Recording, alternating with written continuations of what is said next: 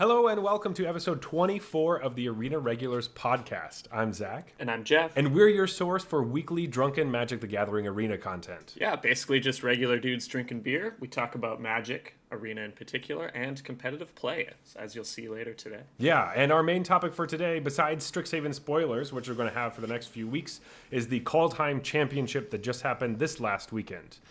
But first, each week we both bring a beer, we drink our own, then we drink each other's, then rate them on a scale of bronze to mythic, and choose the best for last. So with that, Jeff, what's on tap? All right. This week I brought something from Bench Brewing Company called Jordan Harbor Pale Ale. It's 5.2%.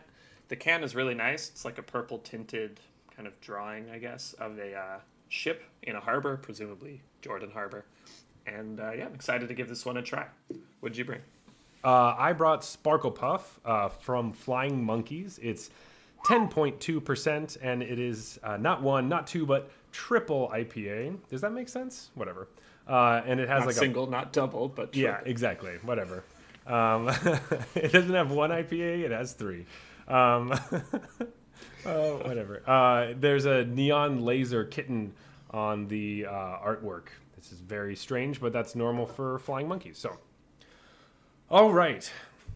Whew, we got a lot of stuff to talk about this week. Holy moly. So much stuff. Holy shit. Okay, so in Magic news, everything happened. There's a ton of shit that happened, which is mainly going to be our spoilers we're going to talk about. But the big thing was there's a surprise, and Arena is now on iOS, so I can finally play on my iPhone. Hooray! Yay! It's actually pretty sweet. I was very stoked because now I can just check the store by myself, and like if there's like, you know, free gems or something and I wasn't planning on getting on that day, I don't have to open my computer. I can just be on the couch and I'm like, boom, got my free gems. That's not a bad idea. Yeah. I actually haven't. My phone can play the previous version of Arena, and I haven't even downloaded it. Ugh, can't believe you. And you said you liked this game. Ridiculous. Well, real quick, how'd your Arena week go? Pretty good. Nothing crazy. I didn't play in any events or anything, but I sort of just got inspired by watching the Kaldheim Championship this weekend, so I played a lot more yesterday and Sunday night than in the rest of the week. But yeah, just playing on the ladder. It was fun. Nice. Very cool. I have big news. As of maybe 3 hours ago, I made Mythic. Woo! Yay! Woo! Oh, we got to celebrate that. Yes. All you have to do is not say you're going to do it at the beginning of the month and just try it later when you're like, whatever, I'm close. That's awesome. Get there with auras? I sure did. I got there with Zorius. Nope. I got there with Every time. Orzhov Auras. So that feels last week, every good. time Zach said Azorius, he meant Orzhov. Yeah, or whatever. I don't know. Who knows? Anyway, so that's very exciting. I'm happy to be there for the next, I don't know, like 18 hours before it's over. By the time this episode comes out, there will be a new season. Anyway. Well, you'll have to start calling it Silver Quill Auras to not get confused. Yes. We even talked about that. Silver Quill Auras is what it's going to be now known as. All right. Let's get into some Strixhaven talk because that's what's been buzzing around everything. Yeah, and I feel like maybe the best place to start is the Mystical Archive. We have all of them now, I think. I believe we know do. What's been added to Historic and all that. Yes. And there's some cool stuff here. Yeah, so if you are not familiar with Mystical Archive, it's a new thing that they're adding. Well, new. It's one of these things that they're adding to the boosters for Strixhaven, where there's a certain number of cards. In this case, there's 63, and there's one in each Strixhaven booster pack. For us on Arena, it's the same. There's going to be one in each like draft booster, and then one in each booster that you open up. And they don't take the rare slot, which is a big deal. Hooray! Double rare. Double rare possibilities, which is fantastic. They have a special frame and all that fun stuff. There are some Japanese promos as well, which hopefully in Arena will get us like different card styles or things like that because they look pretty awesome. They do, yeah. And I don't know if you mentioned this, but they're all instants and sorceries, and they're all reprints. Yes, sorry, all instants and sorceries, all reprints. Some of them super powerful, some of them meh. So not so powerful. Yeah. And some of them we actually already had in Historic, but we get updated art if you like this Exactly. frame and art better. So it's important, even though they're coming from the Strixhaven boosters, they are not standard legal. However, all but 7 of them will be historic legal. But there are 7 cards that are just too powerful for historic, but they wanted to reprint them with some sweet new art. Those include Demonic Tutor, Channel, Dark Ritual, Lightning Bolt, Counterspell, Swords to Plowshares, and Natural Order, which they all kind of make sense. They shouldn't be in historic. Perfect. Yeah. I mean, some of them maybe you could debate, like Lightning Bolt. Mm-hmm. Yeah, I'm kind of glad they didn't put Lightning Bolt into historic, but you can make a case for it.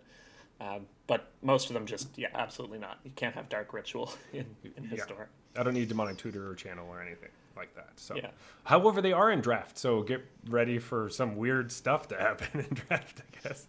But some of these cards aren't even good in draft, right? Like Dark Ritual's not that good in draft. No, it has to line up so perfectly for it to be good. I'd probably still pick it, but I don't know how amazing it would be, but it would feel pretty fun. However, it does mean that we're getting like a mini historic anthology getting kind of injected into historic through this set. Yeah, I think it's kind of cool, actually, the way they're doing that. I agree. They could have done this as a separate anthology that kind of accompanied the set, but I think it's more fun to have these kind of chase cards in the packs. Yeah. Yeah, I mean, is there anything you're particularly excited about getting added to historic? Honestly, Mana Tithe. I think that's one of my...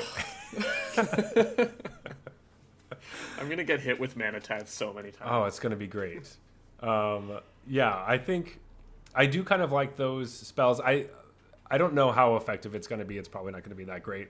But I do like that card quite a bit. Though I think people will be more like prepared for it. Well, one of the things that you do with these types of cards, if you're playing in a deck list event, which is all of them now, any event you play in is open deck list, you put 1 Mana Tithe in your deck, and people just play around it for every game on every turn. And it's just like you get so much value of them just seeing 1x Mana Tithe because they don't want to get got by that. That's awesome. It's like when Luis LSV had the one Settle the Wreckage in his sideboard of the Pro Tour. And that wasn't open deck lists, but everyone knew the team he was working with. And so he settled the wreckage one guy, and then it like spreads that they have settled the wreckage in their sideboard. And he was the only one that had it. They just wanted one person on the team to have settled the wreckage to get people to play around it. That's so funny. This won't be as cool as that, but yeah, I think it's going to be pretty sweet. I am also interested in Faithless Looting as well. I don't know how you feel about it, but I'm excited for it. But I also have... How I feel about the card, or? The card going into Historic. I think it could be a mistake. It's a little too good. If you've ever played formats that have Faithless Looting in them, the games often just become all about Faithless Looting. But I'm excited to try it. Like, if they want to suspend it later, they could suspend it later. Yeah, The immediate thing that comes to mind is Arclight Phoenix decks. This is what they were missing. Just 1 mana, really good spell for the deck. And then also we have, like, the Hollow One thing. You could try to do the Hollow One cycling deck. Yeah. I've already seen Arclight Phoenix decks being built, just waiting for that card to just slot it in. Yeah, exactly. And you're getting Brainstorm too out of this, which I don't know if it's good enough for Historic because you don't have fetch lands, but it's certainly worth a try. Yeah. So that seems interesting. However, most of the news around Faithless Looting was not about it going to Historic. It was actually about the art on the card. Right. So if you haven't seen it yet, go check it out. It was all over the place. Boy, was that just a whole circus. Right. So the artist did 2 cards, right? She Correct. did Harmonize as well. Yes. And she has a very distinct style. If you go to her website, you'll see that most of her pieces are like this, where it's kind of a lot of hand-drawn elements that are designed to intentionally look hand-drawn. And then there's usually like a model or like an actual photo, it looks like, of a person. Yeah. So it's photorealistic painting with a bunch of kind of blocks of color, it almost feels like, around it. And if you go on their website, her name is Carly Majeur, I think is how you pronounce that. Don't quote me on that, but it's not even just like the art style, because people saw the Harmonized one and like don't even care about it. But the Faithless Looting one really did something to a lot of people. It drew a lot of hate. A lot of hate. I don't know why. I think it looks fine. I didn't love it when I first saw it, and when it first got spoiled, a lot of people were saying that it was photoshopped or it was like a fake card, and so that was the first kind of wave that it felt like what was happening, and everyone's like, "There's no way they're putting Faithless Looting into Historic. This is fake. Someone just threw this together." And then slowly people started to realize it was real, and WotC had to be like, "This is a real card. That's the real art. We're doing this." I personally don't love the art, but I also think it was ridiculous that people were in such like up in arms about it. But I'm always surprised when people do that, and I don't know why. They're always going to be mad about something. Yeah, I don't know. I think this art, it's different.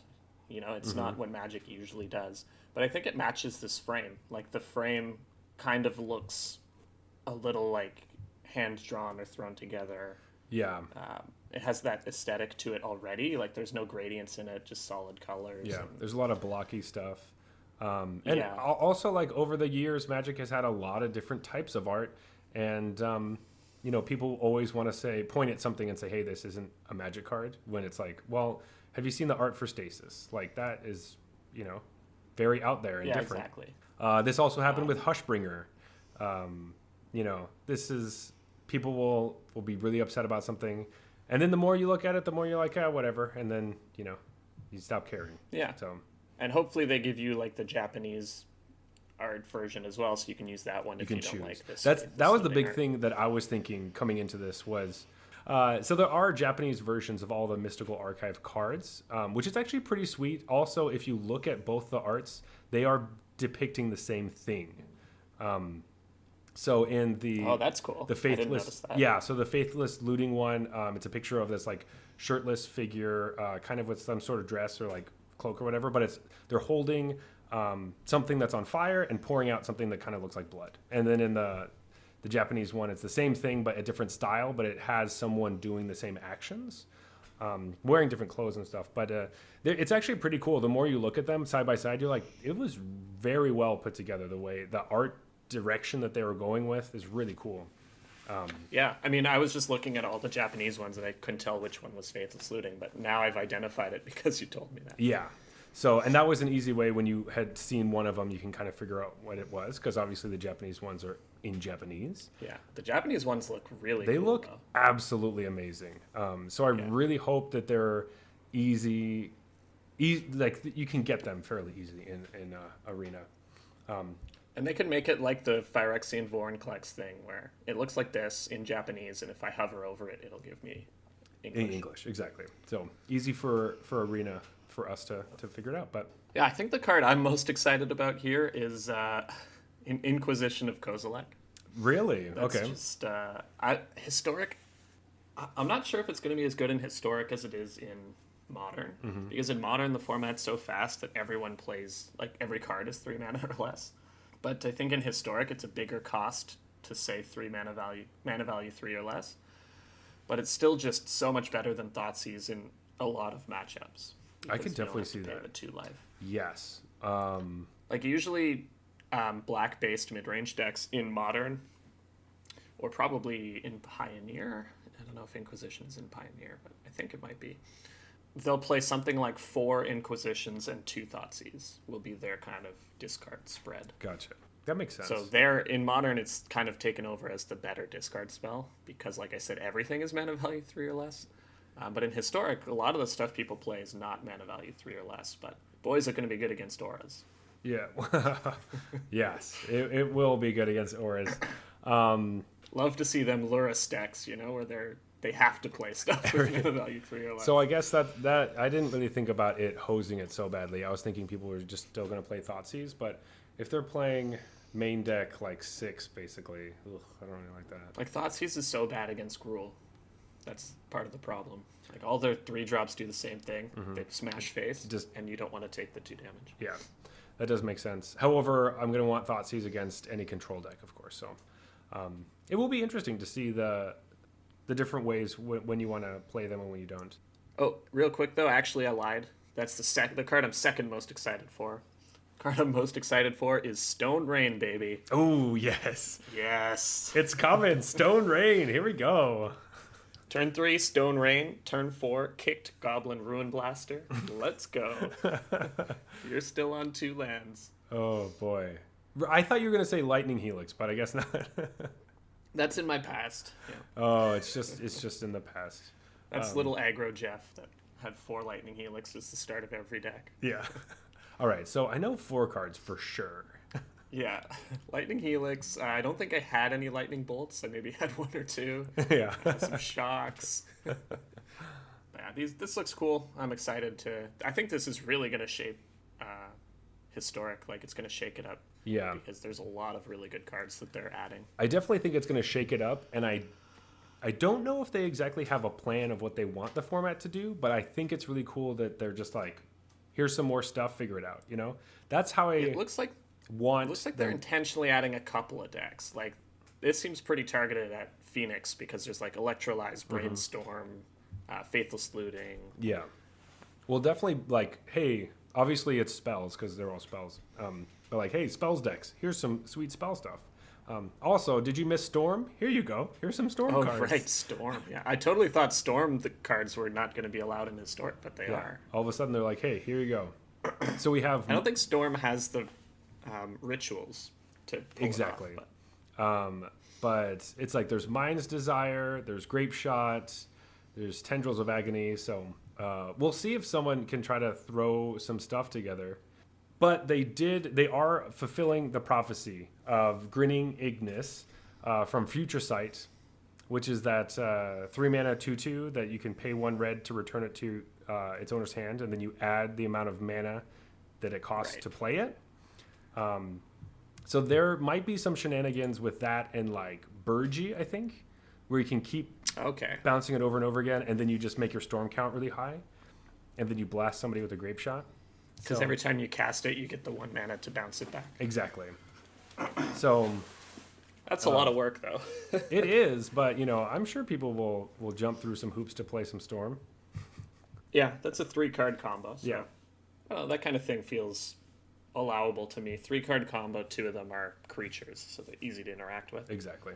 But yeah, I'm pretty stoked about this archive. They all look pretty awesome, and yeah, I think the biggest thing is that I am really just really happy that there's 1 in each pack. You can get double rares. It's just going to be abundant. There has been some talk about being frustrated that a lot of them have been upshifted in rarity, so that you're going to have to tax your wild cards really heavily to get them. But I think you're going to see them so commonly through your packs and in your drafts that you'll be able to collect the ones that you want. Yeah, really cool idea. And looks to me, just from looking at this list, it seems like it was well executed. Absolutely. Yeah. I hope they do more of this. I really enjoy, like, if every set now had like a historic anthology just stapled to it, that'd be sick. Yeah, because that's kind of what's happening, right? It's like we release a new set, but we don't want to have to push the power level to make it relevant for historic. So let's just staple some new cards to historic at the same time. Hey, how do we make reprints for Commander players that they're doing in like packs? Like, oh, well, if we don't do a whole set that's just devoted to them, we can just staple some stuff into this set already, and then they'll buy the cards for that set, and then they get these other ones. It just seems like a win-win. I really like it. For sure. Yeah. Every set might be a bit much, but I wouldn't hate seeing more of this. Maybe like twice a year or something. 2 of the sets have it. That'd be pretty sweet. Like however often they normally do these historic anthologies. Exactly. So just always do this instead. Yeah, it feels like we're getting historic is just kind of getting showered on right now, which is wonderful. I love that because historic is great. Yeah, they need to make Jund Food not the obvious best deck, so gotta add some more stuff. Exactly. Just inject some things into there so you'll, at least on the ladder, you'll play against different decks, which even today I was playing against a bunch of different stuff. With just people building decks, getting ready for these cards, you can tell like, oh, this deck, you're just waiting till this card comes out. So this is your version until then. Right, yeah. Which is pretty cool. But as far as like actual Strixhaven spoilers go. Yeah, Strixhaven proper now. Mm-hmm. It's the real new cards that are coming out. Wow. Also, we've had so many cards revealed. I know. It's because Like, I think you told me that they're only doing 2 weeks of spoilers, and then they're doing a week of like Commander. Yeah. Spoilers. So basically, what? Okay. So I just wanted to have another mini rant. It's not really a rant, but so last week I was kind of frustrated with how quickly spoilers start for a new set, from another set ending, and all this stuff. And then as soon as spoilers started, I was 100% on board. I'm like, oh yeah, I cannot wait for these new cards. This is going to be So awesome. cool. I was like, this is sweet. Let's go. And I was dreading it for like a month coming up to this, knowing it was so early. And then I just get a little taste, and I'm like, I'm all in, baby. Let's All go. in. Yeah. Complete 180. So yeah, I have completely changed. I haven't changed my mind because I know that when Strixhaven's towards the end, and then Forgotten Realms is going to come up, I'm going to start feeling like, oh no, it's too early, blah blah. But it's just the cycle that happens 4 times a year, except for 5 for this year. But anyway, so I'm looking forward to Forgotten Realms, though. So. I'm looking forward to everything. But right now, Not because I'm a D&D fan at all, but because I want them to, give me more party stuff. yeah, see if we can actually do party. That'd be cool. Yeah. But anyway, at Strixhaven, before we get way off topic, so what was I even trying to talk about? Strixhaven. I don't know, but you were getting on a soapbox. I was, yeah. My soapbox was. What was I gonna say? That was so much preamble that you forgot what you were gonna say. Maybe that's all I wanted to say. Anyway, I'm just pretty stoked for these Strixhaven spoilers. We've gotten to see they've been kind of coming out with like college by college. It feels like. Yeah, not like totally. They're not sort of restricting themselves to that. Exactly. I think we got the Quandrix dragon today, even though today was kind of, unofficially Prismari Day. Exactly. Yeah, and we also saw the Silver Quill one earlier, and some other stuff in like the announcement video and all those kinds of things. But I will say that I have never been more excited for white and red cards. Oh man, Lorehold looks so awesome. This is a thing that's been happening on Twitter. Like everyone's just saying, "Wow, Lorehold looks great." Yeah, it looks really, really cool. Yeah, it's such a fresh take on red-white. So it's basically like graveyard themed. Yeah. Right? But it's done in a very red-white kind of history. It's all like artifacts, enchantment kind of stuff that you're digging up from your graveyard. And whenever, there's a lot of effects that, like, when something gets exiled from your graveyard, you get to make something. And there's cards that, like, it's, a bear. It's like a 2/2 for 2. But then when it dies, you can pay 5 and exile it and make a 3/2 later. It's like, oh, this is great. They're all spirits. It always makes a spirit. And it has a little bit of, like, spirit tribal.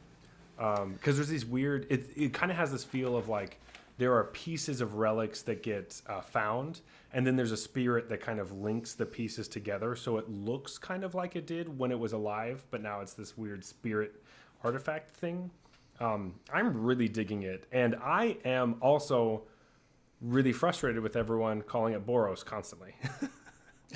Already. Wow, these Boros cards are so cool. I'm like, they're not... But they're not Boros it's so cards. explicitly not Boros, right? All the it's cards... not just aggro. Yeah, it's just like everyone... Man, that Is It Dragon looks dope. I'm like, that Is It... There's no Is It Dragon. It's a Prismari Dragon. It's in the title of the card. Why is this guy talking about Niv Mizzet? That's weird. That's weird. I don't know. Anyway, thing to be bringing up.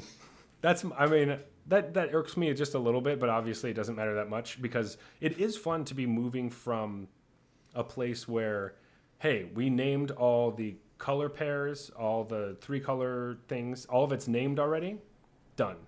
Kind of in that place where it feels almost stagnant. And now we get to go to a new place where it's like, hey, those color pairs can also have different things that go, different attributes that they have. So instead of like being military and attacking all the time, we get to be these other people that still feel like the colors, but they're doing something different. I really love what's going on. And I cannot wait for more stuff like this to be evolved. Like, if we get to go back and see what Grixis could be different, like 3-color stuff, all the shards, all the clans, if they change, it just opens up a whole new world. We are going into a new age, and I'm on board. For sure. Let's get to some cards, man, from Lorehold. Let's do it. One that I think is particularly cool and kind of shows off the whole theme of it is Lorehold Excavation. So this is an enchantment for red and a white. It says at the beginning of your end step, mill a card. If a land card was milled, you gain 1 life. Otherwise, it deals 1 to each opponent. And then it has an activated ability, 5, exile a creature card from your graveyard to create a tapped 3/2 red and white spirit creature token. So this is like a graveyard engine card, which are always my favorite. My favorite cards. But it's in red-white. It costs red-white. I just think that's so cool. And it feels very red and white. It does. Because it gains life, it does deal damage, it's making creatures and milling cards. It's, I don't know. Although I will say I find this art very concerning. Concerning? So if you look closely in the background, right at the back of this art, there's something that should remind you of Kozilek. Oh. And if you start seeing that, you'll see in a lot of Lorehold cards there are Kozilek-like symbols going on. And the archive has Inquisition of Kozilek in it. Oh, you're right. This mountain has some Kozilek stuff. I didn't notice that before. So I'm pretty concerned that Eldrazi have something to do with Strixhaven. Weird. I wonder. I hate Eldrazi so much. I do like going to different places and maybe seeing, you know what it could be? Like, obviously the Lorehold know about ancient things. Maybe they dug up some remains or like found a book or something that was about Eldrazi and they just started like worshiping it almost. Yeah, that could be. So cool. I looked into this actually right before the show. Oh, interesting. I was noticing it, and there's a tweet on Twitter that says basically, wow, there's a lot of like even in the dragons art, you can see Kozilek stuff in the background. Mm-hmm. So I just searched on Twitter like Kozilek Lorehold, and I got a tweet that was saying, "Oh, there's a lot of Kozilek stuff in Lorehold," and Gavin Verhey responded like, "Oh, I'm sure it's nothing." So that all but confirms it for me. It's so cool that they did that, but it's also really, really scary. But isn't it supposed to be like Phyrexian? Aren't the Phyrexians supposed to be invading all the sets? Well, I was thinking that, right? So obviously we had Vorinclex in Kaldheim, so we were expecting to see like maybe we're waiting for a spoiler for one of the other Praetors, kind of, right? That's what we were thinking. Right. But maybe that's not going to happen. Maybe we won't see another Praetor until like the Crimson Vow, and they're going to crash the wedding and just kill all the vampires or something crazy like that. Yeah. But I don't know. Like, obviously this means that we might come back later. Also, there has been some talk about maybe there's another college on this plane. So the plane isn't called Strixhaven. It's a card called I forget what it is called. Arcavios.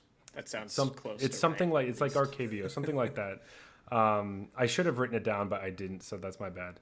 But anyway, so unacceptable. This is just. I think last week we were talking about how Strixhaven is multiple colleges, so it is 5 different colleges, but Strixhaven is still the same school, like you were saying. So your first year you do. Well, we'll probably talk about this at some point, but it seems like you go around and you try to pick which college you're going to go to after your first year. So all the lesson. Oh, sorry. Wow, I'm getting way ahead of myself. All right, so there is a new mechanic. It's called Learn and Lesson. So basically, there are cards that have their spells or creatures or different things, and when it enters the battlefield or resolves or something, you get to learn. And learning is where you go to your cards that are outside the game, and you get to take a lesson card from outside the game and put it into your hand. So it's basically you like learned a new spell is the idea, right? Because we're in college, we're learning things. That's how that works, right?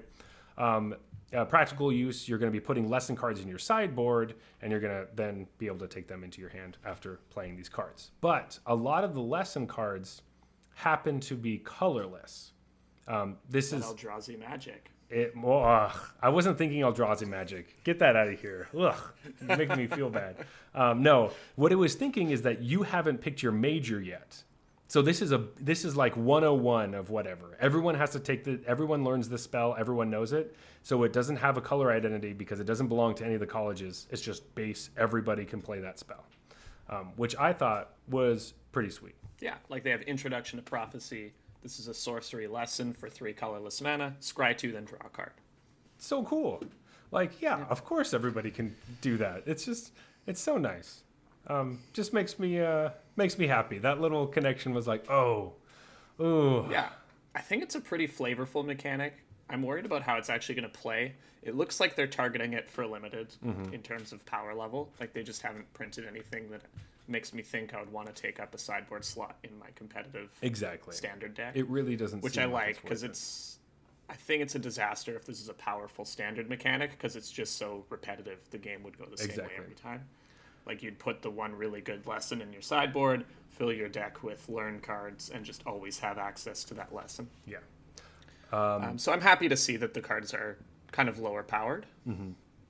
I have heard there's some talk. Well, first of all, I think the mechanic is really, really awesome for limited, which we have seen, obviously.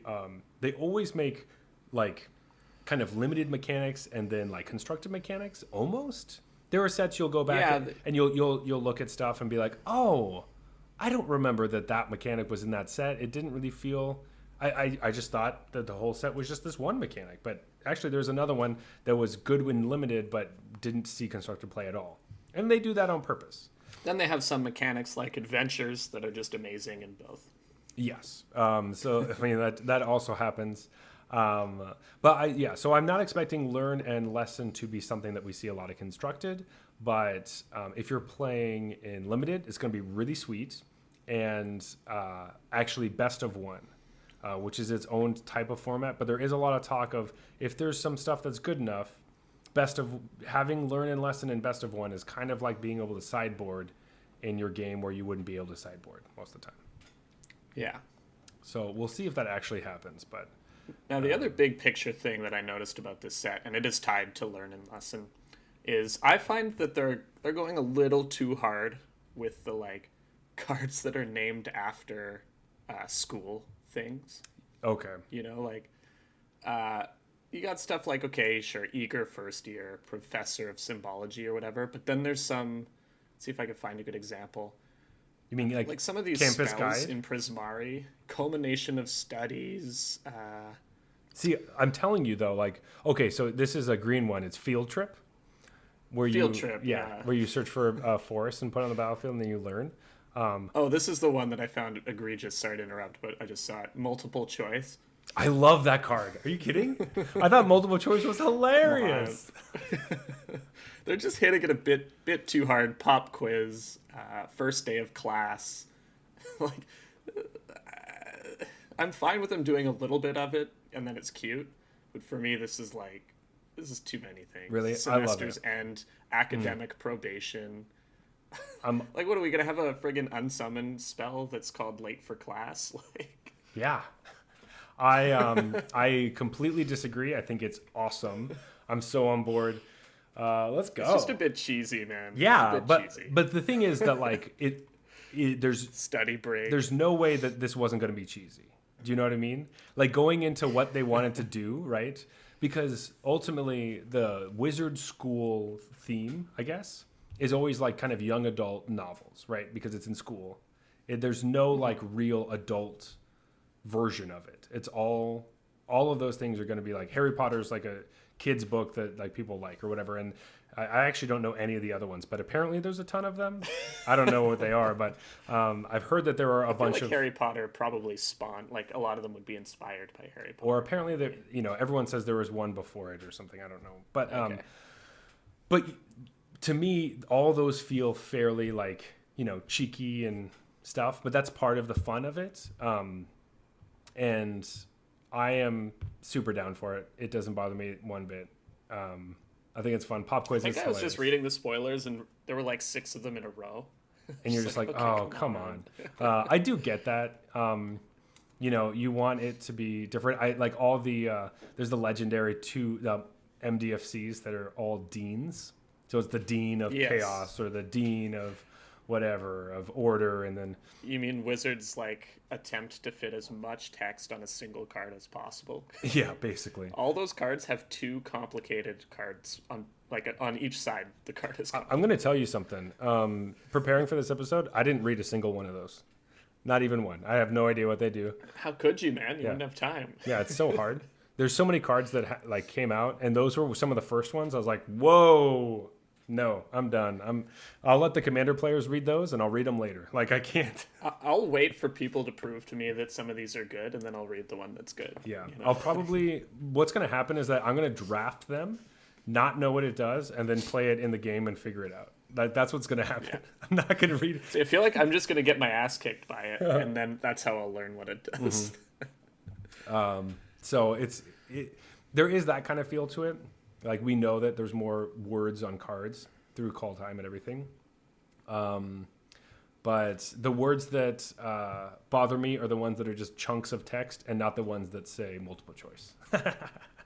Because that card is still hilarious. I'm just going to read it. The design of that card is fine. Yeah, we got to read it. I don't have it right in front of me. Okay, so multiple choice is X and a blue for a sorcery. If X is 1, scry 1, then draw a card. If X is 2, you may choose a player. They return a creature they control to its owner's hand. If X is 3, create a 4/4 blue and red elemental creature token. And if X is 4 or more, do all of the above. I'd love the design. Okay. All right. So it's just like, there's too many names like this. I know, but like, if this was the only one that was named this way, that would be so cool, is what I'm saying. But what's going to happen is that I feel like this happens a lot, where there's a lot of cheeky names, but you tend to forget about them. And after you play a lot, you like don't really think about it. And then there's one card that's actually used in a deck, and you're like, oh yeah, that's the name of that thing. But then you go back on the set, and you're like, wait, a lot of these kind of had these weird names. I didn't really remember. Right. Yeah, I mean, they talk about Asfan and stuff, like, so they need you to understand, if you just open a booster pack, that this is a university themed set. So that's part of it, right? If you just make it really on the nose, you know, it's hard to not get that when you see semester's end. You know, yeah, exactly. Or academic probation or whatever. Multiple choice, really cool. I like this use of X. I don't think they've ever really done this. Yeah. X is always something that scales, and this is like using X as different modes. Yeah. So there's kind of like so three you have different cards multiple choices. Yeah, and I do like the thing where like D is all of the above, because that's always the multiple choice thing. Exactly. Especially, I wish they'd made it a little more complicated, because when I write tests for my students, I like the multiple choice to be like, consider the following 5 things, and then A is like 1 and 3, but not 2, and sometimes 4. B is like 1 and 2, but never 3. You know, and then the real answer is just all of the above, which makes no sense. Yeah, the real answer is none of these are correct. Yeah, none of these are correct. No, I really like this card. I think it's gonna be pretty sweet. As far as Prismari stuff goes, we are hoping that maybe there's a possibility we're not going to fit everything in this episode, because there's a lot of shit to talk about, and my beer is going to run empty soon. As far as the Prismari go, it is interesting because they really care about really high mana value spells, right? Like, all their cards are saying, if this spell is 5 mana value or more or something, then whatever. Or like, if you cast a spell that's 5 mana value, blah blah blah, you do something. And then there's all these cards that are like fucking huge. You're like, oh, this is an 8 mana spell that deals 4 damage to a creature and then 3 damage to a planeswalker, and then, or whatever. Like, let me find one. I have to say, I was a bit disappointed that Prismari's theme was like instants and sorceries, spells matters, just because that's like such a blue-red trope. Yeah. And Lorehold had convinced me that maybe they were trying to explore other options for the color pair. I think it's okay that they at least tried to put a twist on it by, you want expensive spells rather than a bunch of cheap spells, which is usually what you want. Yeah. What it does... Still, I was hoping there was something a little... different. Further from the norm. Yeah, I mean, like, it does remind me of... honestly, it reminds me of the the good old days, man. Like when I was playing when I was a kid. They remind me of Scourge cards and Kamigawa cards because the mana value is just so high. I'm like, holy crap. What does this spell do? Oh, not a ton, but it costs a lot. And there's cards that care it costs a lot. Okay. That must be good. Scornful right? Egotist, baby. Yeah, Scornful Egotist. So that's immediately where I go, where it's like, okay, I don't know if this is actually going to be amazing, but I like the idea. Like thinking about the mechanics seems pretty sweet. In it actually playing out never seemed to work out for me, but I also was like, a child at the time. But something like this. So this is Creative Outburst. It's 3 blue, blue, red, red. So this is a 7 mana instant. Creative Outburst deals 5 damage to any target. Then look at the top 5 cards of your library. Put one of them into your hand and the rest on the bottom of your library in a random order. Okay. Initially, I'm just like, I'm never going to want to. It's so expensive. Yeah. Luckily, it does have another ability that's there's 2 hybrid. I'm going to call it Prismari mana, I guess. Nice. So it's blue, red, blue, red. You can discard Creative Outburst and create a treasure token. So that part seems kind of interesting because So the reality of this card is that this is all you're using it for. Exactly. You're almost never casting it. If there's cards that if you have spells in your graveyard that are mana value this or more, you get to do something or whatever, or cast a spell from your graveyard that's mana value 5 or more, something like that. This is going to be really helpful because you get to throw these cards in the graveyard, make a treasure, then use that card to play it from your graveyard. That's pretty cool. However, I haven't really seen that. There is some treasure synergy. We have Goldspan Dragon from the last set that gets to make all your treasure tokens do more. The Prismari Dragon in this set makes treasure tokens and makes them turn into just moxes, basically. So that I think treasure tokens just a great mechanic. It's so good. Actually, this is a really cool way to give Prismari ramp. Yes. So it's really great ramp in these colors. I also heard just some things that might be interesting. Someone on Twitter was talking about how they're really hoping that the treasure tokens for Prismari will actually be paintings, or maybe I guess it'd be a painting, yeah. But it's a painting of the original treasure tokens from Ixalan. Oh, I would love that. So it's like a treasure token from Ixalan, but it's framed on a wall in a museum or something. Yeah, and it's clearly there's brush strokes or whatever. Or something, yeah, that it looks like that. That would be pretty cool. It's like, oh, a Prismari student made this because it's all artsy and shit. Awesome. Especially because it has the feeling of, okay, so you could either do the really creative thing and spend all your mana and your energy into making this cool spell, or you can just sell out and give it to somebody else and take some money. Kind of what that. It's like either you could be in a play or do a commercial and get some money. Sell out. Ooh. That's what it feels like. Which I like the feel of it. I just don't know if it's going to work in the game very well. But as far as card design, I think it's cool. But we'll see how it actually plays out. Yeah. And I don't want to oversell. I think a lot of these Prismari cards are really cool. I think Lorehold just set such a high bar for me. Mm-hmm. And then when the Prismari stuff came out, I'm like, instants and sorceries. Yeah, they really started. But a lot of the cards are really cool. Yeah, I think they're super cool. I do feel like we've been talking about this for quite a while. I also realize my beer is completely empty. I'm out of beer. Yeah, I think we need to go to a beer break, and we'll figure out what we talk about after this. I don't really know. Okay. Yeah, Jeff forgot to crack his beer on tape again. I got too excited. Yep, classic Jeff. Gets too excited. Anyway, so now I'm drinking Jordan Harbor Pale Ale. Yeah, and I got this friggin' Sparkle Puff Triple IPA. That's right. Not one, not two, but triple IPA. Whatever. All right, so we are going to just stop that on Strixhaven stuff for now because, we're going to be talking about that for a long time, and we got to space it out. There's a ton of stuff that came out. I could just talk about it for another 3 hours. So. Yeah, and we might at some point do that and then let you listen to it. But that day is not today. Today we are going to talk about the Kaldheim Championship. Yeah, so this past weekend there was the Kaldheim Championship tournament. These really are kind of the modern equivalent of what we had before as a pro tour. It's a tournament where there's MPL players, there's rivals players, and there's challengers, so players who are in neither league. And you get a kind of small bonus, I would say, for MPL or rivals in the league standings if you do well.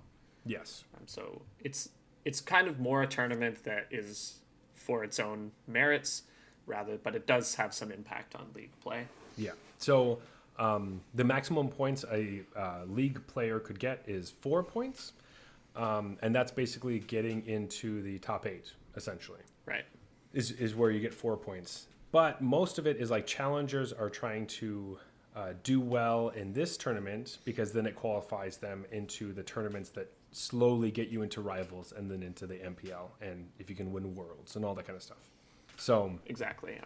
It is a big way for everyone else to, well, mix up the people. Obviously, right now it kind of feels like the MPL and rivals have their, like, I don't know, crew, and it's like this is them for the season, which is true, but it will be changing next year.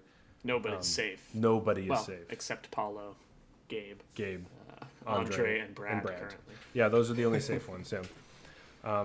So anyway, but some interesting stuff happened. A quick run view, a quick whatever. Well, I don't know what classic run view. Yeah, I just had a 10% beer. Whatever, yeah. I don't care. Anyway, so the championship was a 3-day event. Friday, Saturday, Sunday. It was a split of standard and historic. There were 15 rounds of Swiss on Friday and Saturday, 7 rounds of standard, 8 of historic, and then the top 8 was standard. As always, we do our fantasy drafting, and we made teams for the event. Please remember that these teams we had for this last weekend will also be rolling over into the league weekend, which is coming up not this weekend, but the next weekend, I believe. So we are keeping the same teams for that, but we're going to choose new meta next week. So tune in for that next week. Anyway, bring it on. Yeah.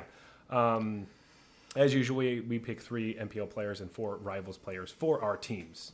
But before we talk about those, I just want to remind everyone that all the information that we are getting for this breakdown that we're going to go through right now to tell you what happened if you missed everything, because you might have. Hopefully you got to watch some of it, but maybe you didn't watch any of it and don't even know who won. We're going to tell you right now.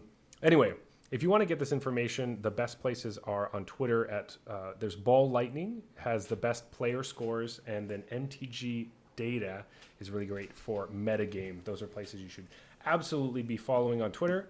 And also when there's another championship coming up, everything gets run through MTG Melee. So check there. You can see standings, deck lists, all that kind of stuff.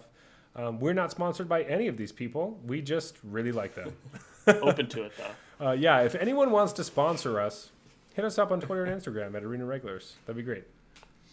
But let's get into this. Maybe we should just talk about the tournament really quickly, right? Yeah, so I actually watched a lot of it. Kind of had it on in the background most of the weekend, and then tuned in explicitly for some matches. And I think overall it was a great event. I think one of the most telling things that I find really interesting, and MTG Data actually posted this, is that the MPL players really dominated this event. They did. I saw that as well. There's a good breakdown of it. Yeah, so I have it here. The MPL players, so there's 24 of the however many players were in this event. Looks like 211 maybe. So 24 of them are in the MPL. And the MPL players across their 310 matches had a 59.7% win rate.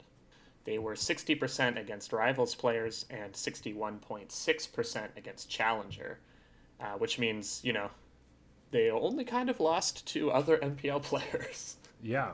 And of course, half the top 8 was MPL players. Yes. So the top 8 was Shahar Shenhar, which is awesome. I was super stoked to see him. MPL. Riku Kumagai, Andrew Cuneo. MPL. Javier Dominguez. MPL. Arna Huschenbeth. Challenger. Noriyuki Mori. Challenger.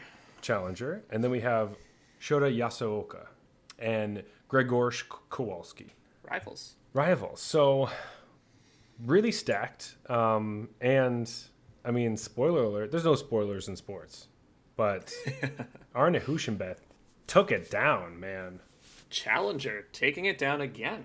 Yeah, That's so now the second event in a row that was won by a Challenger. Yeah, so we had Brad Barkley won the Zendikar Rising Championship, and now Arne Huschenbeth has won the Kaldheim Championship, playing Demir Rogues in the top 8.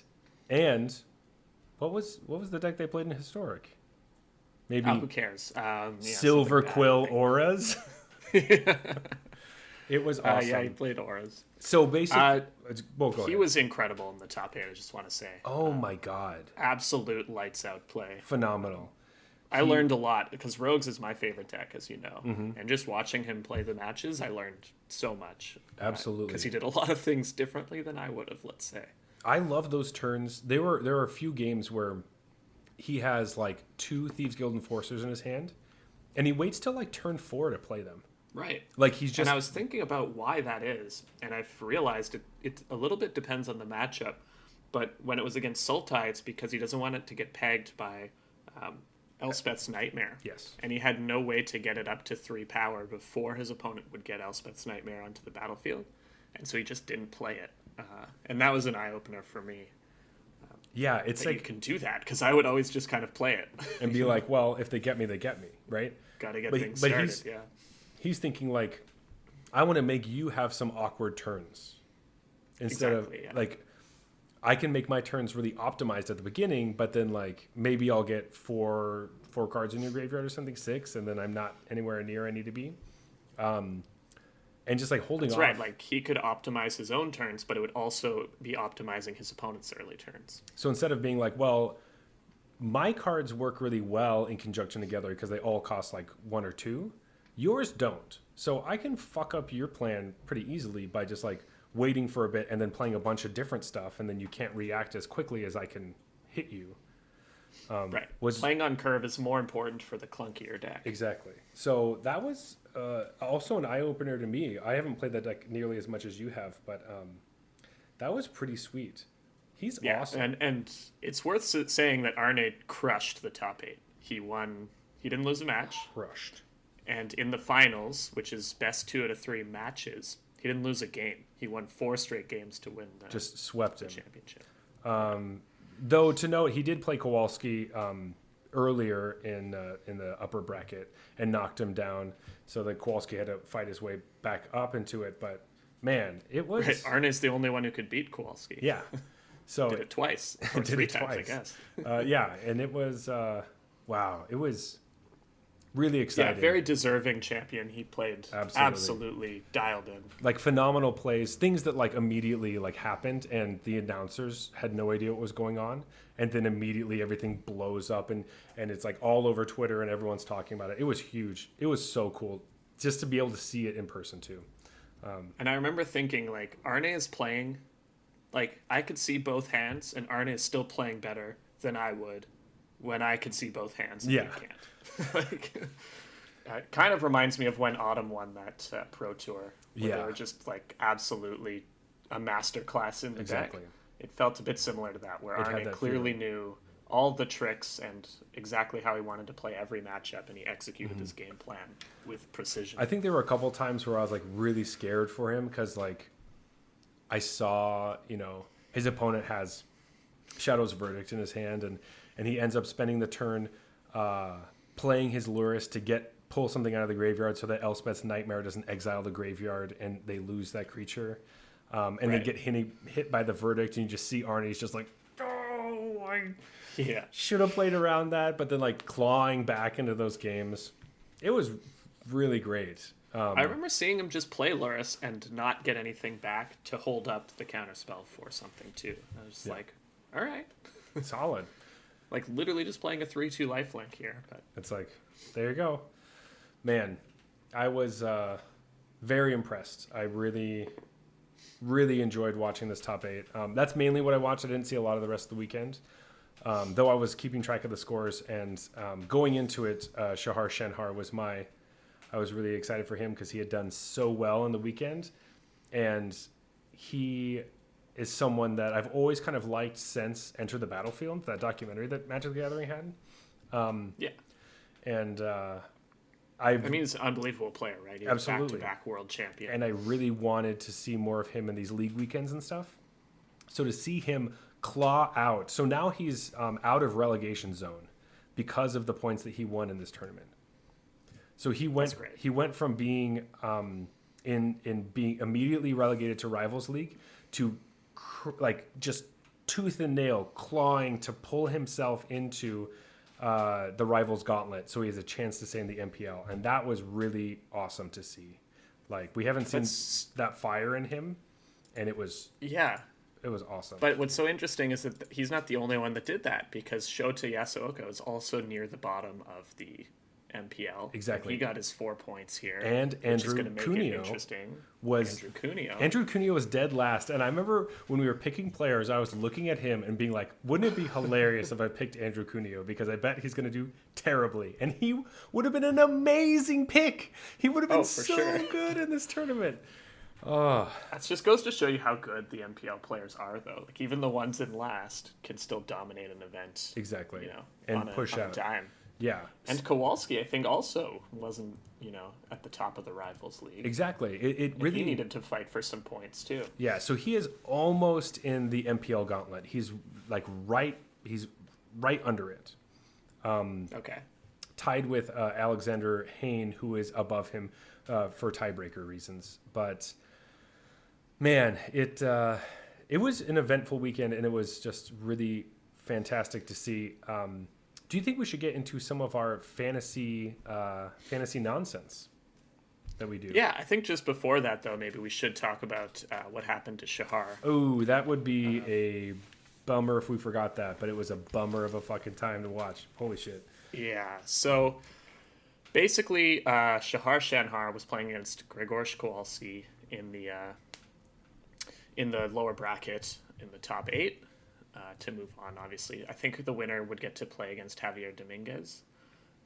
No, they were going to play against... Noriyuki Mori. Yeah. Right, yes. And so what happened is, game 1 happens, I believe Gregorsh won that game. And then they go to play game 2. Now, in game 2, essentially Shahar navigates to a situation where he's going to win. Basically, Gregorsh did manage to resolve Emergent Ultimatum, but he was at 2, and Shahar had Klothys on the battlefield. And there's almost no way for Gregorsh to get around that.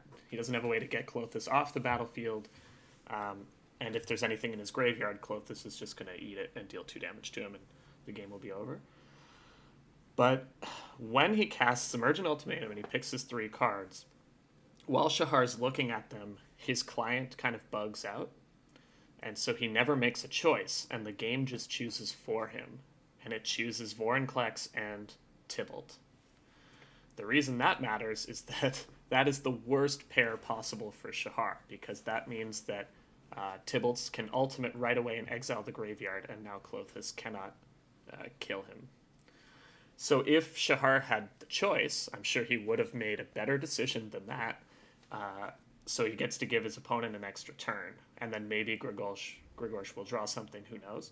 But it seems really likely that Shahar is a favorite from that point, because, Gregorsh has to top deck a way to get rid of this Klothys, and he doesn't really have any. So, I don't know. I think you just give him Tybalt and Alrund's Epiphany, you throw the Vorinclex away. Or the opposite. But you definitely just do not give Vorinclex and Tybalt. Yeah. Because that's the only way you lose.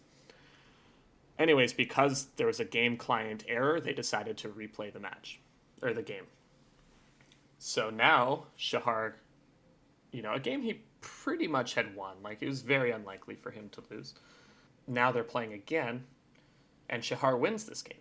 So he wins the game 2, and so I was kind of thinking, oh, well, no harm done then, because... they'll go to game 3. He ended up winning the game. Yeah. Anyways.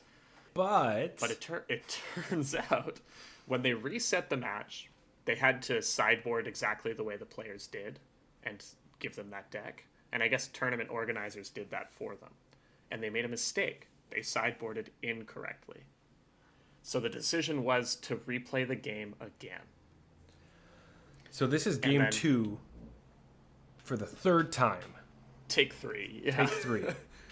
And then Shahar lost that game, so he lost the match. Where it really felt like, okay, here's 2 games that you battle through, and Shahar he should have moved on. Should have won. Yeah. I mean, luckily Arne was the one who got to, make sure that justice was served. But right. I mean, you can't really say it either because Shahar, he won game 2 twice, if you want to see it that way. But he was on the play both times. That's true. And then he would have been on the draw in game 3. But yeah, the joke flying around the internet is that Shahar lost the match 2-2. Yeah, it just really sucks for him. I don't know what a better solution would have been. And that's what Shahar said too. Afterwards he had tweeted, I'm extremely tilted right now. It's really frustrating, but I don't see another way to have fixed this issue. Right. So that's just what happens. Ultimately, how you fix the issue. And he also said good luck to Kawhi. Yeah, and of course, and very cordial, and they're all very nice with each other. But ultimately, it's like, hey, this is a really high-level tournament. Like, your client should not have these problems. Yeah, it can't be bugging out. Yeah, it can't be bugging out. And I think a lot of this stuff could be solved in spectator mode, all those kinds of things. Not having they should have the ability to recreate the game state. Exactly. And just start from there. I mean, they shouldn't have to replay the whole game. Exactly. When the game was so close to being decided. It seems kind of ridiculous to the point where I was watching and I was like, oh, this game's over. And I kind of went and did something else. And then I was like, wait, what's happening? I watched Shahar win game 2. I don't know why there's a problem. That's how your brain logged it, right? Shahar wins. Okay. I was like, I'm going to check in when... And as long I'm as he doesn't throw away Alrund's Epiphany, if he makes any other choice, he's going to win. So that was one of those things where it's like, well, fuck, that sucks because Shahar was seed number 1. He went 14-1 into the top 8, loses his first match, and then has gets bugged out from the other one. So yeah, and overall, he was most interested in the league points and stuff like that. So he got that. It's still a great weekend for him. But I mean, we are talking probably about a few $1,000s that he lost out on. Exactly. So that really matters. That was a huge bummer. So obviously the next championship, that's going to be talked about again, and we're hoping that won't happen. Or, there's going to be more eyes on those kinds of I was so upset by this that I'm not even going to play in the Strixhaven Championship. Yeah. Just as until they fix the client, I'm just not even going to play. Exactly. I'm not going to play. I'm going to watch it because I want. I want to watch it, but I'm not going to play in it. Make a stand. Yeah, I'm going to make a stand. Because I definitely qualified, and I could do it if I wanted to. I could qualify if I wanted to. That's the thing. Easily. It's not hard. Sure. I would play a brain dead deck like Rogues or something. So. So you're the guy in Twitch chat. Yeah. Anyway, so that was unfortunate, but let us get to our very fortunate week in fantasy draft. I think it's time. Interesting to note, our MPL players all made the same amount of points. Pretty cool. Exactly the same. It was very strange. My first pick got the same number of points as your first pick. My second pick got the same number of points as your second pick. It was very funny. And the funny thing is that our first, second, and third picks, the picks or the points go higher in that order. So right. Yeah. Fucking bummer for PV and Gabe, right? I was tweeting you all weekend being like, hey, Gabe is not doing really well. I don't think he's going to make day 2. This sucks. I'm going to lose this week because my first pick bombed. Good thing PV also bombed. And I was like, don't worry about it because in, an extremely rare event, Paulo Vitor Damo Rosa lost some games of Magic and did not make day 2. So for the MPL, basically my team, Gabriel Nassif, Seth Manfield, and Autumn Burchett, Gabe Nassif got 3 points, Seth Manfield got 8 points, and Autumn Burchett got 9 points. Whew. Coming in hot. Thank you. My team, PVDDR, 3 points. Brad Nelson, 8 points. And Reed Duke, 9 points. Hilarious. Just, we've never seen that. It was very lucky that both of our first picks just kind of like crapped out, because if if yours was on fire or anything, it would have changed some things. Well, it turns out that PV, I think, kind of threw the event so that he could reveal his card on air. Because if he was in the top 8, he wouldn't have been able to do that. That is true. Yeah. So over the weekend, because Paolo was the winner of the Worlds last year, he got a card with his face on it, which is awesome. It's just the fucking coolest thing. Javier Dominguez has Fervent Champion. So now Paolo got to reveal his card, and over the weekend they were slowly revealing parts of it. So it's like, I thought that was fun. That was fun. So it was like the name of the card, and then like the mana cost, and then like what it was and whatever. They started with the art, right? No, I think I saw a frame that said Elite Spellbinder first. Oh, okay. And I was like, it's a white card that's called Elite Spellbinder, and that's all I saw. I was like, okay. That's pretty cool. That was on his Twitter. I guess the art's kind of the big drop. And then the art was really big. And so you saw that. And then during the top 8, they said what it does. So that's actually a card we did not talk about, which I don't know if we should talk about it right now, but... Nah, we'll save that. We'll save that. If you haven't seen it, don't check it out, because we'll tell you about it much later. The art is great, though. It looks just like him. It looks just like him. And actually, what's funny, he had mentioned that he'd asked the artist to make some changes to make him look a little skinnier, because when he won Worlds, he was like 30 pounds heavier than he is right now, and than he is usually. It's just like the heaviest he's ever been in his life. And he's like, please, can you just make it look like I do now, or like I did before? But like that time, for whatever reason, I was just much heavier than other times, which I 100% get. I'm like, every time I see those pictures, I'm like, wow, he does look bigger than he usually does. Like, for sure, yeah. So... he's not a big guy. He's not clear. Yeah, he's not a big guy, but he looks great, and I love that they put a little bit of silver streaks in his hair. Makes him look very noble. I know, I saw that too. It's kind of that, like silver fox. It's cool. So it definitely feels like it's what Paolo's gonna look like in the future when he gets a little bit older. It's gonna be pretty sweet.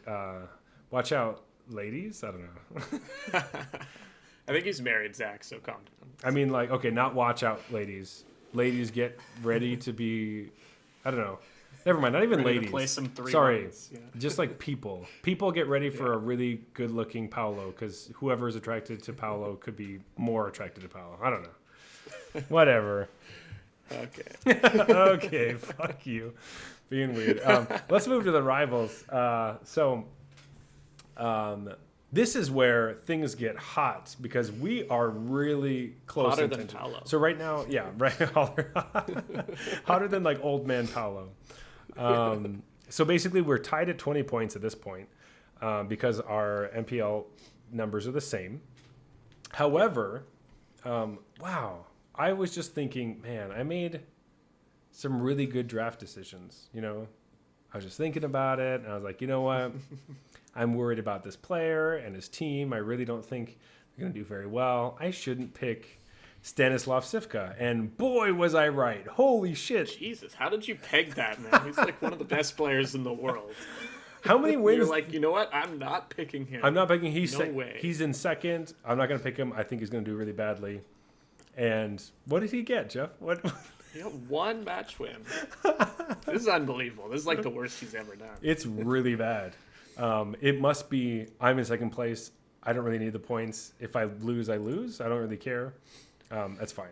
Yeah, I mean, sometimes that just happens, right? Even the best players just lose sometimes. And that's what we're seeing in some of these players, right? And like why Arne Huschenbett could win the whole thing, because he's a challenger, and that's why we saw Brad as well, because they have so much they're fighting for. And MPL is like, I don't have to, there isn't as much fire in me as there once was. And these are the folks that, have that engine. You see lines you didn't ever see if you need to get there. So, but also like the MPL and rivals, they don't really reward like solid finishes. Normally, if you go to a GP, okay, you get 9 wins or whatever. That's a few $100. That's fine. It, pays for my trip or whatever. In this event, it's kind of like top 8 or bust if you're in the MPL or rivals. And so you're kind of incentivized maybe to make more aggressive deck choices, like really try to bet on a metagame and bring the deck that kind of thwarts that metagame. I think that's what like the Gab Nassif team did with Abzan. Try to, all right, let's just bring a deck that's going to absolutely stomp Jund. Yeah, so in Historic, they were playing the Jund Killer, Abzan. Right, anti-Jund Abzan. Basically, all the cards were like, hey, fuck you. Yeah, I mean, it was just like literally every card is good against Jund. Which we'll talk about later, but yeah, it's one of those. But you're incentivized to make that kind of aggressive call because if your metagame prediction is correct, then you have a really good chance of top 8ing. Yeah. And that's what you... And hopefully you're paired against all of the decks you want to be paired against. So... Right. Like if half the field was Jund, this Abzan mid-range deck would have just like carried everyone to their historic wins. Yeah. So looking at my rivals team, I have Eli Cassis, LSV, Luca Magni, and Zachary Keeney all doing really solid efforts. I got 8s, 10s, 9s, feels good. They all were solid. I loved all of them. They're great. Yeah. I had Matt Sperling at 10. Chris Botello, great pick, got 10 holy points. Shit. And Mike Sigrist got 9, which is a little disappointing only because Mike Sigrist dominated day 1. So he must have had rough an underwhelming day 2. And then Stanislav Sivka got just 1 point. Really, really fallen over. I don't know what it was. I didn't go back and look at all the... Well, what's interesting is like I picked Brad and Stan, so they test together. You'll see that they have the same decks. They brought Sultimatum and Azorius Control. And I picked them because they're so good at metagaming. Like Stan is amazing at deck building, and Brad is amazing at predicting the metagame and bringing the right deck to the event. But what's interesting is I kind of hate both decks they brought. So as soon as I saw that they decided on Sultimatum, which I think is probably the most overrated deck in Standard. Like, it never does much better than 50%, but it's still the most popular deck every time. And Azorius Control, which I know it won last time, but I kind of think it sucks. So I was like ready for... I like hitched my wagon to a team because of their deck choice. They're so good at choosing decks, and then the decks they chose, I think, are awful. Well, the thing is, like, Brad did well with it, and Andre Strosky also did really well with it. So Brad did well, but not by Brad standards. Sure. I mean, like, not going embarrassing. Like 8 and 7 is, that's kind of an underwhelming performance for Brad Nelson. Yeah, he was not super happy about that or excited, of course. But because he just missed the mark on getting any MPL points. Yeah, but I'm mainly thinking, like, it wasn't Stanislav Sivka. 1 point is so rough. Like that's close to just like wasn't his day. It's almost like Martin Yuza territory. You know what I'm saying? Oh, jeez. Martin Yuza is also he's great though. He's such an unbelievable player. Absolutely. Also, he retweeted me recently, so I like him now. Oh, okay. Now we're on the Martin train here. But anyway, so going into metagame, it looks like I am right in the lead. Feels good. This is where I've been. Yeah, you're up what, like? Basically, you're up one good player. Yeah, basically one good player. Probably about like 7 points or something, I think. Which exactly 7, yeah, because we both have 2 10s and a 9, and then you had Ely with 8 points, and I had Stan with 1. Yeah, so it feels good. I'm feeling pretty solid. Then metagame. All right, so I always fuck up metagame, right? I'm like, this is usually where I clean up. Yeah, I'm like, ooh, I usually just pick something fucking stupid, and it's horrible, but not this time, buddy. I'm really proud of our standard picks, though. This is kind of unreal. So, for Standa, fucking hell. For the standard metagame percentage, we both picked Sultimatum, which of course was correct. That's the top. We both got 2 points for that, and that was pretty great. Our top performing standard deck was really interesting. This was a deck that if you listened to the episode last week, it took me a long time to get here, but I said Gruul Adventures, which ended up being the correct pick by about 2 points. I think the actual 2% better. Yeah, a couple of percent. Gruul Adventures was 59.3% against the field, which is unreal, by the way. It's very good. 59.3. And you picked Teamer Adventures, which was 57.4. So I did win the top performing deck, and I did beat you, so that's 4 points for me. But that was pretty crazy. We picked the top 2 decks. We did. By a lot, too. By a lot. Gruul was 59.3, Teamer was 57.4, and the next highest was Rogues at 52.8. That's crazy. Nearly 5% off. Yeah, and once again, like you said, Ultimatum was 50.3%. It's like 50%. So it's always hovering around 50%, and then everyone just picks it anyways. Exactly. So, I mean, that was pretty great. I'm feeling like for not playing in the tournament, we spiked it pretty well. We nailed that metagame, man. I'm shocked that Gruul Adventures did better than Teamer Adventures. Well, yeah, I'm obviously shocked by that because I picked Teamer. But I mean, no, I think I didn't even know if enough people would bring Gruul. That was kind of my concern with choosing Gruul. Yeah. And it turns out 7 people brought it, right? So yeah. So there are 7 decks. It is kind of a small sample size, but it had such polarizing matchups. It's just 100% against Sultai, 100% against Rogues, and then mediocre in every other matchup. But those matchups carried it so hard that it got to nearly a 60% win rate. Whew! Feel good about that. Yeah. Wow, that's probably. I think that might be the first time that I really beat you. I was so confident with Teamer. I know. I was like the popular decks are going to be Sultai, Teamer, and Mono Red. And Teamer destroys Mono Red and is fine against Sultai, so it's kind of the best choice. And I was thinking, I was so confident in that. Gruul is great against Sultai, and then you said Teamer Adventure. I was like, ooh, Teamer Adventure sounds better. And I was like, fuck, I picked the wrong deck. And all weekend I was like, why did I pick Gruul? That was so stupid. No one's gonna bring that deck, and then I ended up winning. And I feel so good about it. That's great. As soon as I looked at this matrix, I saw Teamer Adventures 57.4. I was like, yeah. And then I scroll down to Gruul. I was like, wait, 59? No. Fuck. That's crazy. But yeah, I mean, look at Teamer. They have positive matchups literally in every single matchup. They have 2 matchups that were 50%, Sultai and Naya. And, like I was saying, I feel like it's close against Sultai. But every other matchup is positive.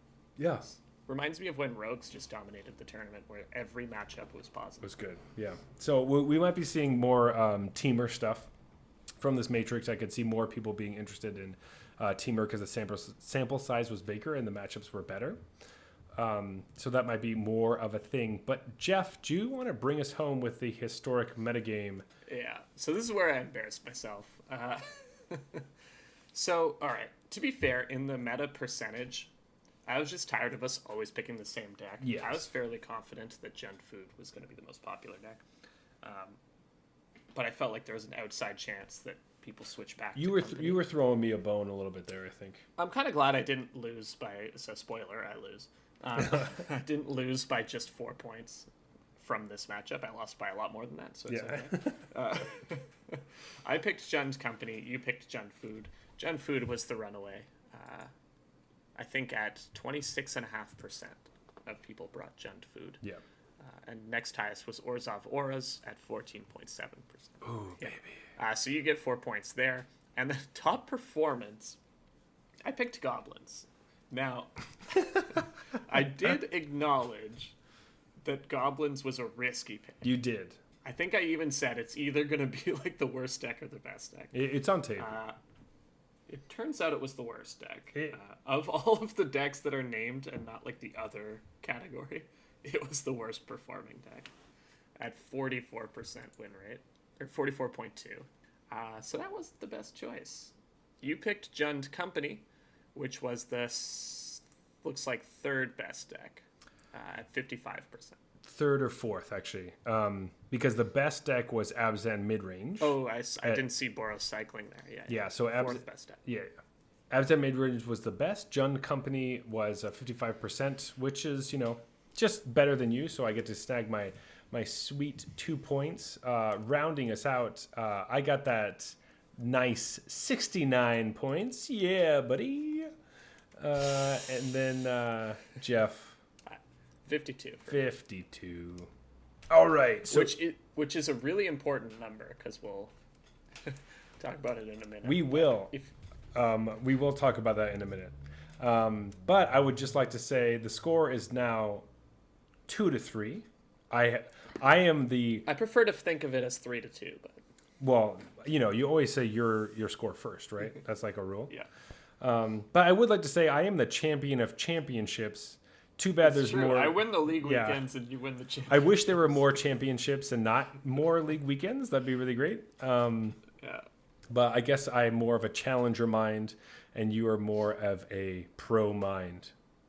So that probably says some bad stuff about me. But anyway, I think the important thing was you didn't pick Rakdos. I did not pick Rakdos. However, I probably should have picked Azorius Oris. Orzhov Oris. Silver Quill, man. Silver Quill Oris is what I wanted to pick. It wouldn't have been first, but I would have. Wouldn't have changed anything, but It would have really given me, good feelings. that's your pet deck. That's You should have had more faith in it. I really should have, because it ended up winning the fucking whole thing. I was so close to picking Abzan mid-range as the best deck in the event.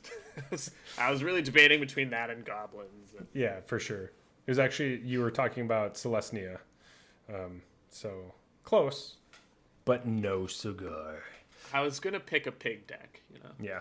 Pig Sword is what they're calling it, right? Or something like that? Pig Blade. Pig Blade. Anyway, let's go to the best possible team you could ever have.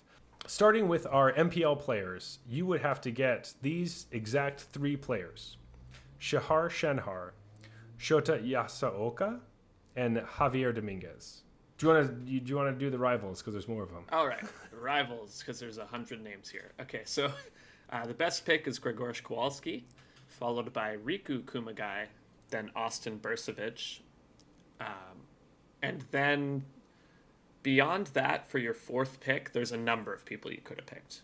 These include Chris Botello, Luis Scott Vargas, Matt Sperling, Luca Magni, Luis Salvato, Bernardo Santos, or Yoshihiko Ikawa. Yes. So all those players are worth 10 points.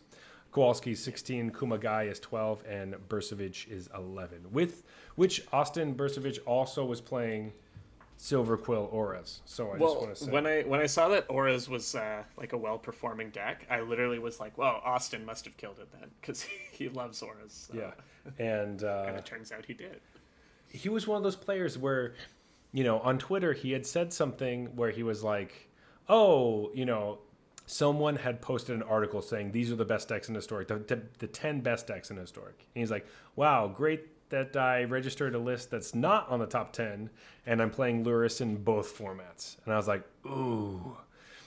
I don't know how... So he played Rogues? He played Rogue. Cycling? Yeah, I think he was working with Arne, actually. So, okay. So he had, some of the best decks for the event. Exactly. It's hard to go wrong with Luris, though. Yeah, Luris is really awesome. I love Luris. All right, so your meta percentage, you would have picked... So for your meta, you almost just picked everything Zach picked, with one exception. So your meta percentage would have been Sultimatum in Standard, and your top performing Standard deck would have been Gruul Adventures. Your meta percentage for Historic would have been Jund Food, and your top performing Historic deck selection would have been Anti-Jund Abzan Midrange. Yes. So the best possible performing deck would have been 105 points. I think this is the worst we've ever done relative to the best possible. I think this is the worst you've ever done. Hey, you still got your ass kicked. No, I got 69. That's great. 36 points lower than you could have got. But I got 69 points. Oh, okay. That's the perfect. You actually had the perfect team. I had the perfect team. Yeah. So why I was saying 52 was so impressive is because if you doubled my score, I still wouldn't have gotten the most possible points. It was 105. Yeah. Oh, you would have got 104. That's so funny. Anyway, thanks for going on a limb. Doubled my score, I still could have done better. Yeah. That's so funny. Anyway, so that was the tournament. That was our fantasy league. Now we've got a race. Before, I was feeling defeated, but I am like a phoenix, and I will rise from these ashes. God. I'm ready. Dude, I'm liking my team for 2 weeks from now, though. I think my team's I got guys also that dominate really league weekends, Yeah, but I think my team's pretty great for this next league weekend as well, as long as I can spike this meta just like I spiked this last one. God. What, now I'm a mythic player. I'm spiking metas. What are you nervous? Yeah. Oh, this guy's cocky now. Oh, just kidding. It's because I've had a couple beers. But you know what I don't have right now is more beer. Oh, wait. Oh, shit. Jeff, do you hear that? I think that's last call. Oh, now I hear it. I think it's time for our last call. Beers. 3, 2, 1. Hey. Yep. All right. We picked our own beer. Picked our own. Makes sense. Yeah, I did like the Jordan Harbor, but there's the Sparkle Puff. I don't know. It didn't feel as like, hey, I'm gonna punch you right in your face like I thought it was going to, and I liked it quite a bit. So. All right, so let's start with that then. Let's talk about Sparkle Puff. Just jump right into it.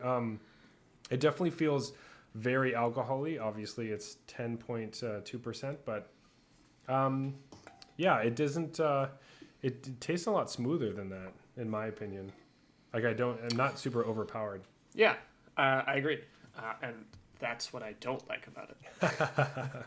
When I have a triple IPA, I want it to kind of assault my senses at first until I adapt to it. I think of it in the same vein as I like Russian Imperial Stouts. If your first sip doesn't kind of overwhelm you, I'm immediately less interested in it. Interesting. In my like I've said before, IPAs are not exactly my favorite, and the super hoppy stuff I don't really care for. Mm-hmm. So usually doubles and triples are going to be higher in alcohol, so sometimes the alcohol overpowers some of the other flavors, and I prefer that. And it feels really big-bodied and like round and kind of smooth because of that, and this is what that's feeling like to me. Yeah, I mean, often like the higher octane beers do taste smoother because the hops is kind of balanced out by the high alcohol content. So I like it.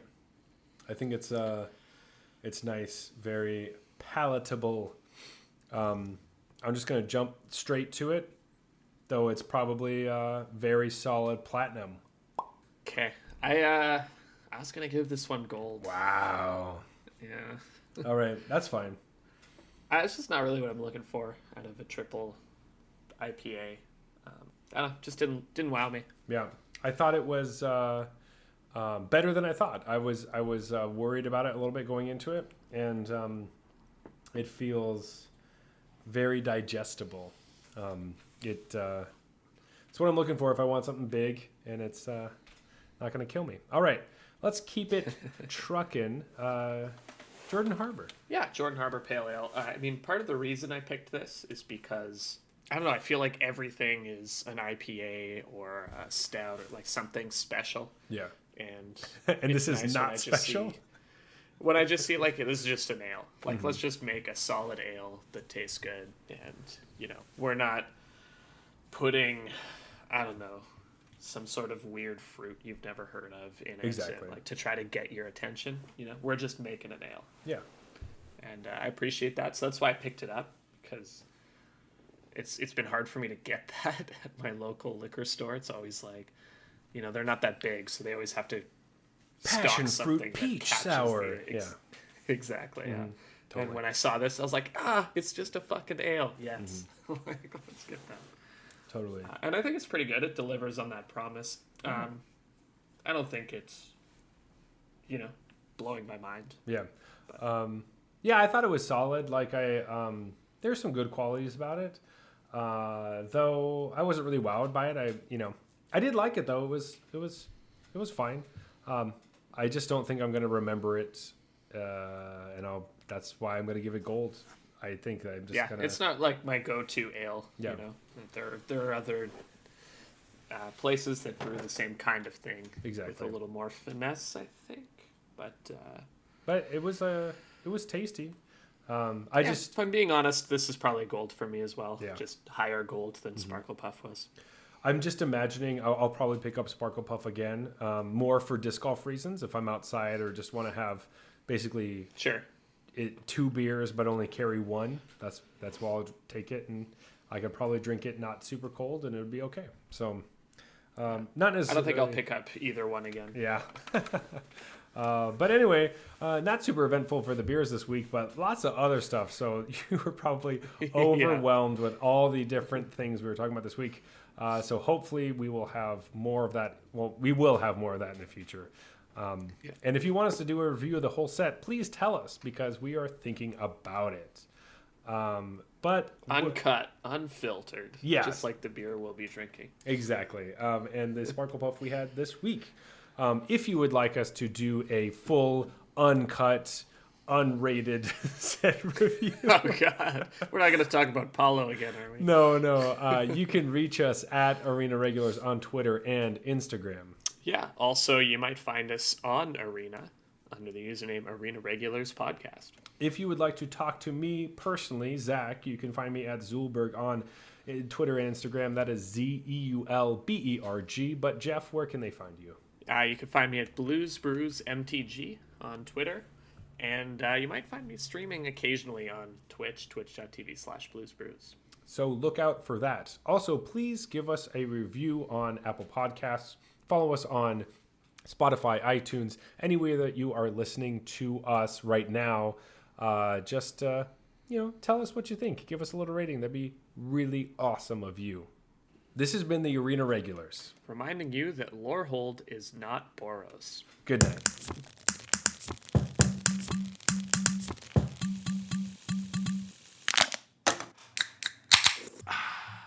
All right, that's fine.